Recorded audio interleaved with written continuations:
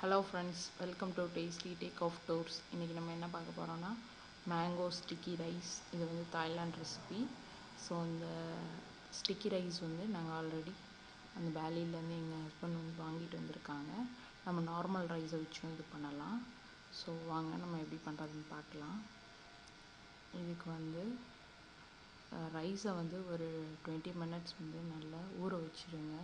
ஊற வச்சதுக்கப்புறம் குக்கர்லேயோ இல்லை பானையிலையோ நீங்கள் வந்து வடித்து எடுத்துக்கோங்க சாதத்தை.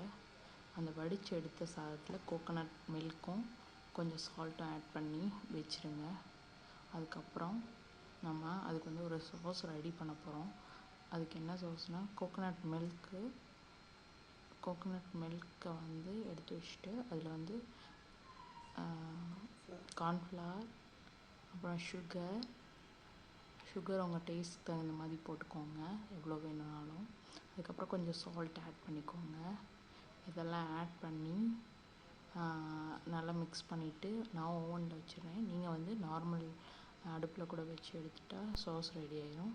ஸோ இந்த சாஸை வந்து மேலே ஊற்றிட்டு அந்த மேங்கோவை வச்சு அப்புறம் நம்ம கார்னிஷ் பண்ணி சாப்பிடுங்க. ஸோ இதுதான் Thailand style mango sticky rice. செஞ்சு பாருங்கள், கிட்ஸுக்கெல்லாம் ரொம்ப பிடிக்கும். தேங்க்ஸ் ஃபார் வாட்சிங்.